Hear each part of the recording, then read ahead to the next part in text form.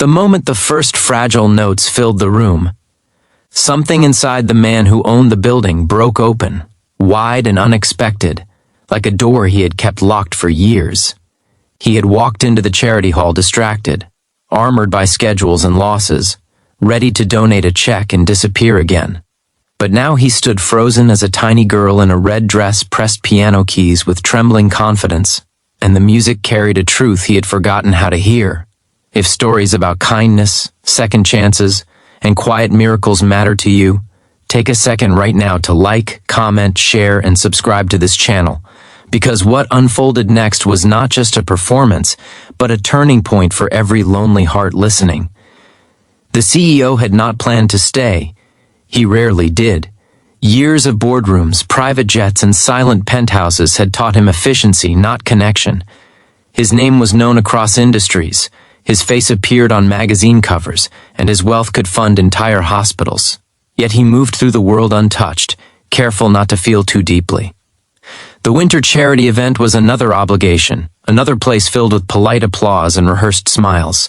Snow drifted softly outside the tall windows, Christmas lights glowing like distant stars, while inside donors gathered with wine glasses and expectations. Then the organizers announced a surprise performance by the youngest participant of the evening, and he barely looked up at first. The piano stood near a decorated tree, its polished surface reflecting warm lights and ornaments. When the little girl climbed onto the bench, her feet dangling far from the floor, the room softened. She was no more than 4 or 5, cheeks pink with excitement, hair tied back with a ribbon that had clearly been adjusted too many times by loving hands. The CEO glanced up then, distracted curiosity flickering across his face, and that was when the first notes landed. They were simple, imperfect, and fragile, but they carried something heavy and sincere, the kind of sincerity adults forget how to offer. Conversations faded, glasses lowered. The audience leaned in without realizing it. As the melody continued, the CEO felt an unfamiliar pressure in his chest. The song was not impressive by technical standards, but it was played with total presence, each note pressed as if it mattered deeply. It reminded him of a time before board votes and hostile takeovers, before his calendar replaced his instincts. His mind drifted backward to a small apartment filled with the smell of cheap coffee and laundry soap, to a woman humming while cleaning, to a piano that existed only on the radio because they could never afford one. His mother had loved music. She believed songs carried memories, that they could keep people alive long after they were gone. He had not thought of her in years, not properly. Grief had been compartmentalized, boxed up like old files, because survival required movement, not reflection.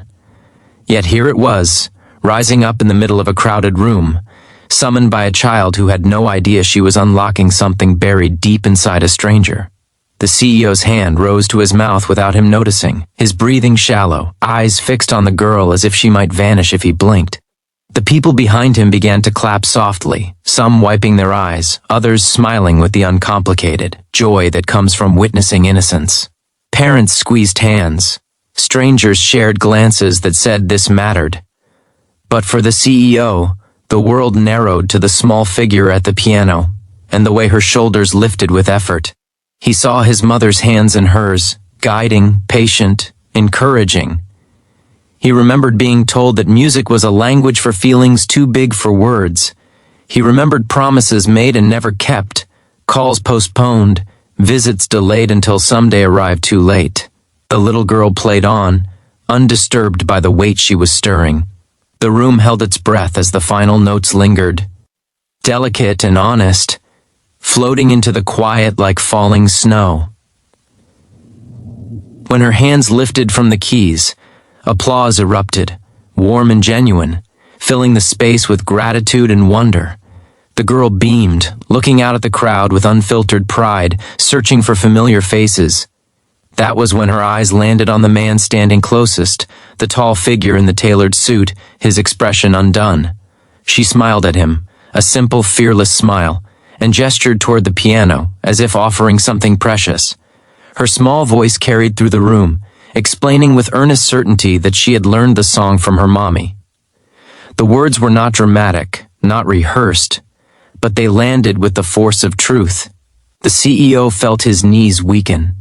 His mother had taught him songs too, sitting beside him on a worn couch, tapping rhythms on his knee, believing he would grow into a good man even when life was hard.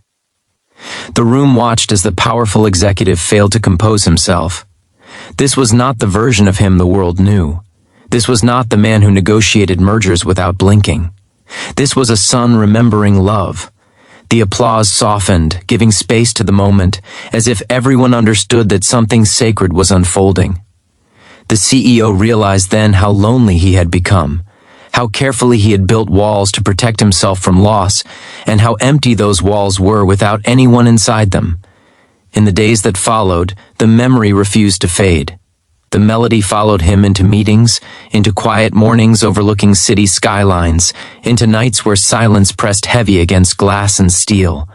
He found himself researching the charity more closely, learning about families it supported, about children who learned music not to perform, but to heal. He visited schools without press, sat quietly in the back, listening to imperfect songs played with perfect sincerity. Each visit chipped away at the distance he had maintained from the world. Change did not come as a grand announcement. It arrived in small, deliberate choices. He funded music programs not as branding exercises but as lifelines. He shortened meetings to attend recitals. He learned to sit with discomfort, with grief, with memories that no longer felt like threats, but like reminders of who he had been before ambition replaced connection. The lonely CEO began to understand that success without shared meaning was a hollow victory. Months later, at another winter gathering, he stood again near a piano, but this time his posture was different. He was present. The little girl was there too, a little taller now, fingers stronger, confidence blooming. When she played, he did not freeze. He smiled, openly, letting tears fall without shame. He knew now that the song was not just about the past, but about the future he could still choose. If this story is stirring something inside you right now, if it reminds you of someone you miss or a moment that changed you, please take a moment to like, share, and engage with this video, because your interaction helps stories like this reach hearts that need them. And before the ending, we have a special request for you. Comment below with the name of someone who taught you something that stayed with you forever, whether it was a song, a lesson, or a way to love. As the final notes faded that night, the CEO understood that healing does not always arrive through grand gestures or loud declarations. Sometimes it comes through a child's hands on a piano, through a simple truth spoken without fear, through a reminder that love once given never truly disappears. The room filled with applause again, but this time it felt different. It felt like gratitude, not just for the music, but for the reminder that even the loneliest hearts can still be reached and that sometimes all it takes is one small song to bring someone home.